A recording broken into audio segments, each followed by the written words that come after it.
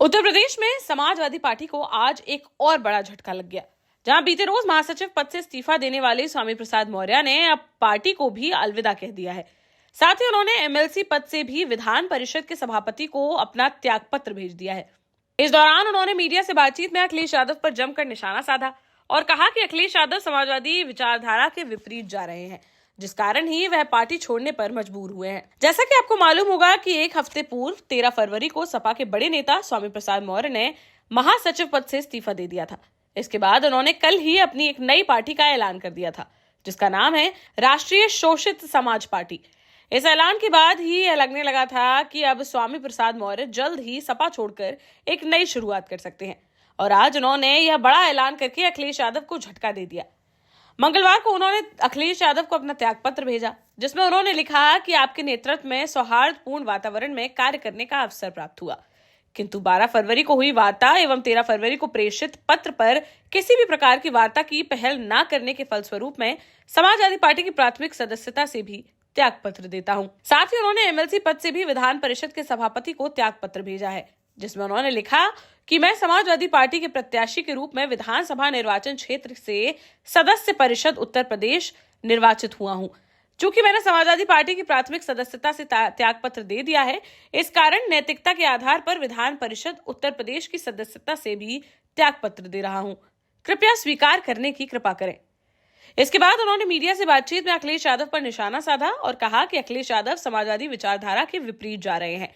वह पद के लिए सपा में नहीं आए थे, उनके लिए पद का कोई महत्व नहीं है। पद से ज्यादा वह अपना सम्मान और विचारधारा को मानते हैं। जीवन पर्यंत इन विचारधाराओं को आगे बढ़ाने के लिए काम करता रहूं।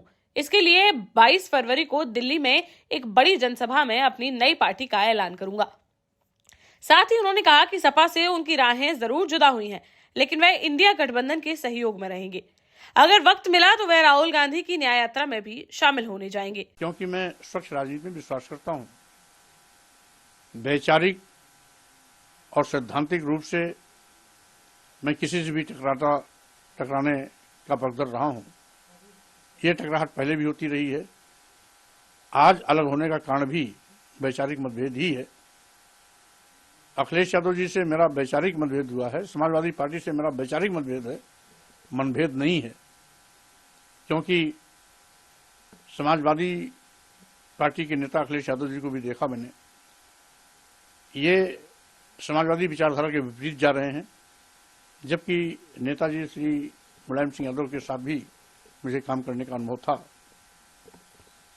वो खांटी समाजवादी नेता थे, लेकिन नेताजी मुलायम सिंह यादव जी की विरासत संभालने वाले लोग नेताजी मुलायम सिंह यादव की विचारधारा को भी ठीक से अनुकरण नहीं कर पा रहे हैं। ये दुख की बात है।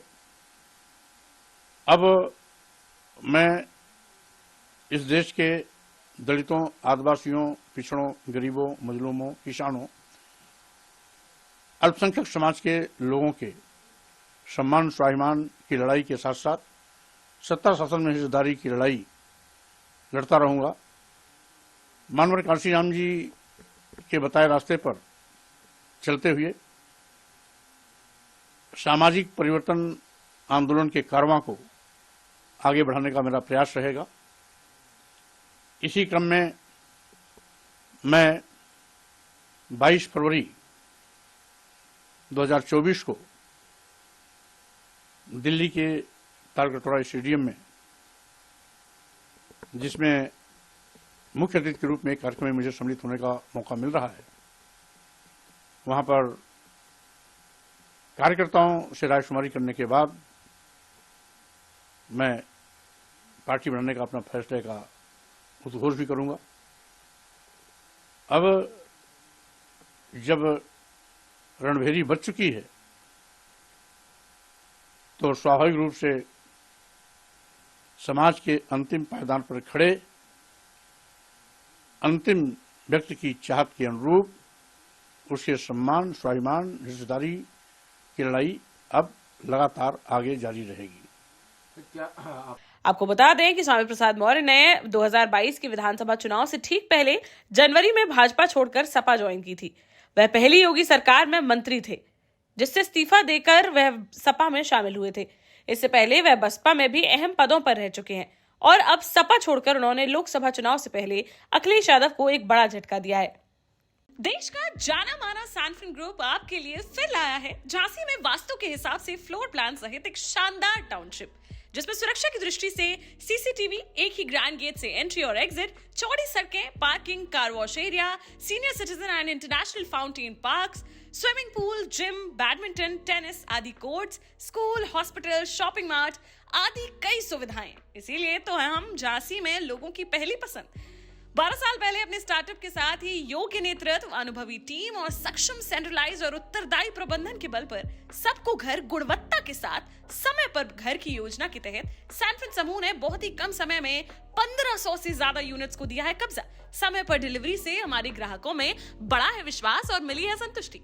सैनफिन समूह ने बहुत कम समय में Sanfin Ashok city, green homes residency, green homes city, Sanfin Ashok valley, Delhi public school, Sanfin शाखा, केन सैनफिन अस्पताल सहित कई अन्य परियोजनाओं के साथ नई झांसी के निर्माण में स्थापित किया है एक बड़ा मुकाम। तो आप भी आज ही आइए अपने परिवार के साथ और कीजिए अपने सपने साकार।